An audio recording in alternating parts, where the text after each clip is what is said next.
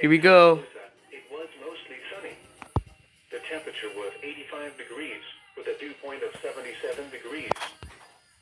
In the criminal justice system, the people are represented Can you? by two separate, Here we go. very important groups. The police who investigate crime and the district attorneys who prosecute the offenders. These are their stories.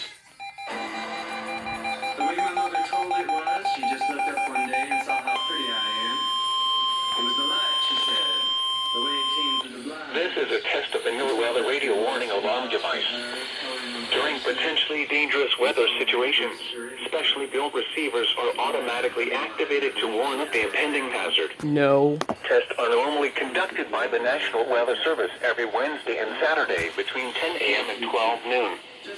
When there is a threat of severe weather in the area, the test is postponed until the first good weather day.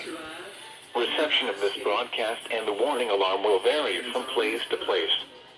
This variability, normally more noticeable at greater distances from the transmitter, will occur even though you are using a good quality receiver in perfect working order.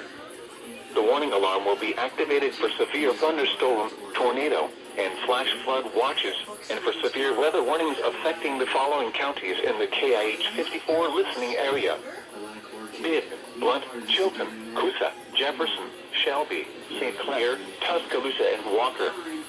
This has been a test of the NOAA weather radio warning device.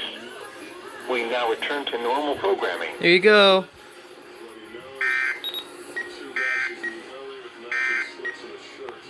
These There you go. I guess they won't read it on TV.